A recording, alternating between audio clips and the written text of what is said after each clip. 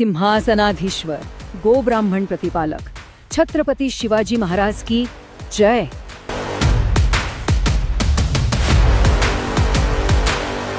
अंगावर काटा येतो ना हे नाव ऐकल्यावर. एक वेगळीच चेतना येते. कारण माहितीये, महाराज हे फक्त एक नाव नाहीये, तो एक विचार आहे. संपूर्ण जगासाठी एक मोठी प्रेरणा आहे.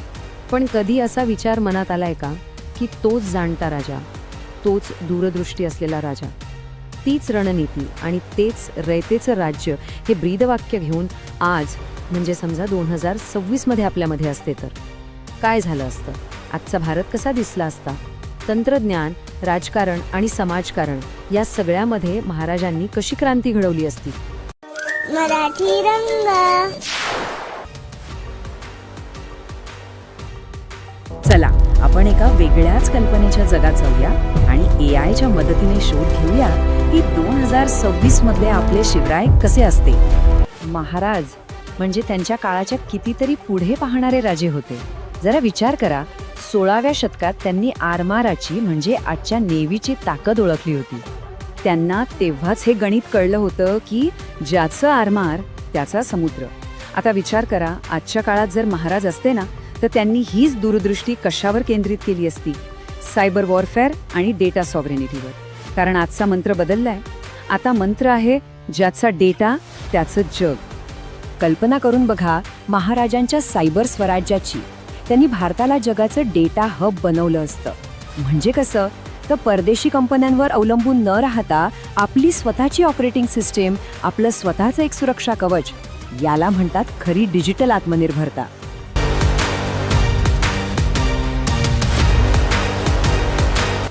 आणि महाराजांचा तो जगप्रसिद्ध गनिमी कावा, अहो आज तो आपल्याला ड्रोन हल्ले आणि सर्जिकल स्ट्राईकच्या रूपात दिसला असता. शत्रूला काही काळाच्या आतच त्याचा पराभव. म्हणजे तंत्रज्ञानाचा वापर करून देशासाठी एक असं अभेद्य सुरक्षा कवच तयार झालं असतं जी कोणीही भेदू शकलं नसतं. एक गोष्ट लक्षात घ्या, कोणताही देश केवळ सीमेवरच नाही तर आतूनही मजबूत असावा लागतो. महाराजांच्या प्रशासनात भ्रष्टाचाराला तर शून्य जागा होती. त्यांचा आदेश अगदी स्पष्ट होता, रयतेच्या भाजीच्या देठालाही हात लावायचा नाही. आता सांगा, अशा राज्यात भ्रष्टाचार कसा टिकेल? आजच्या काळात महाराज कदाचित ब्लॉकचेन सारखं तंत्रज्ञान वापरते. आता हे काय आहे तर ही एक अशी डिजिटल वही आहे ज्यात प्रत्येक व्यवहार नोंदवला जातो आणि गंमत म्हणजे तो कोणीही बदलू शकत नाही. याच्या मदतीने काय झालं असतं, सरकारी योजनांचे पैसे थेट लोकांच्या खात्यात जमा झाले असते. मग मधले दलाल आणि भ्रष्टाचार हे आपोआपच संपले असते. सगळा कारभार एकदम पारदर्शक.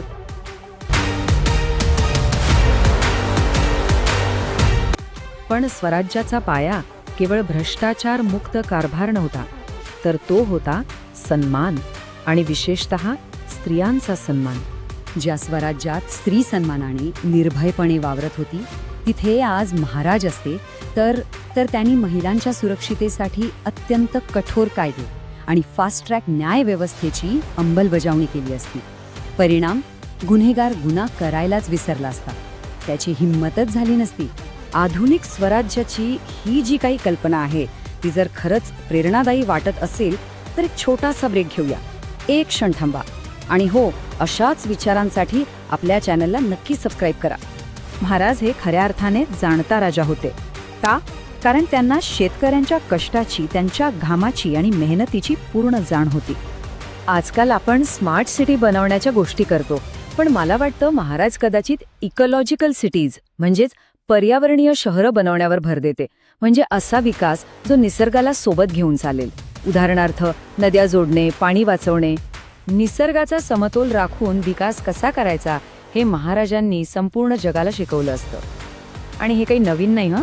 आपल्या गडकिल्ल्यांच्या स्थापत्य कलेतून त्यांनी हे 16व्या शतकात सिद्ध करून दाखवलंय.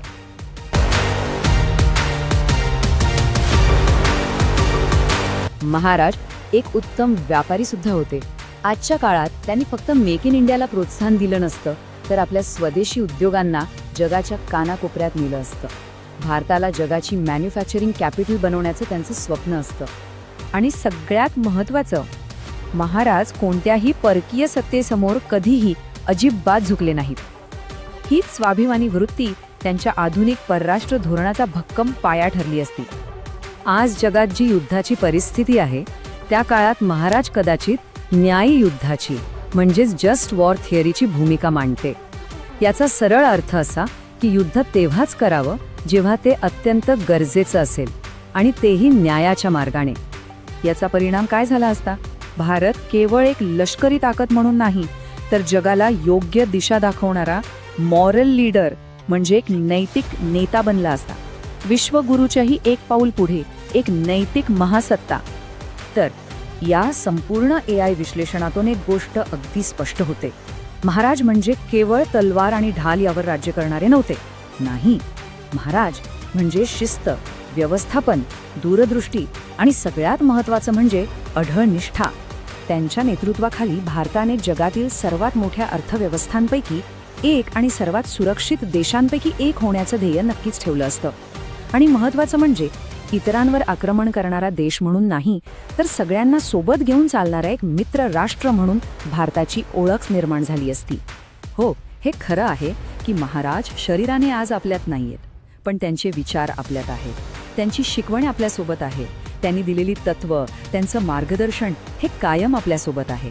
फक्त विचार करा, जर आपण प्रत्येकाने आपापल्या कामात महाराजांसारखी निष्ठा आणि नैतिकता ठेवली तर आपणच या आधुनिक युगाचे मावळे ठरू. महाराजांना आठवून आता खरंच इतकंच म्हणावंसं वाटतंय, शिवरायांचे 8वावे रूप, शिवरायांचा 8वावा प्रताप. आता मला सांगा, आपल्याला काय वाटतं? म्हणजे महाराज आज असते तर त्यांनी सगळ्यात पहिला बदल कोणता केला असता? विचार करा आणि आपले जे काही विचार आहे ते खाली कमेंट्समध्ये नक्की सांगा. आणि हो, हे सादरीकरण आवडलं असेल तर नक्की शेअर करा आणि अशाच नव्या विचारांसाठी आपल्या चॅनलला सबस्क्राईब करायला अजिबात विसरू नका. चला तर मग, जय जिजाऊ, जय शिवराय, जय हिंद, जय महाराष्ट्र.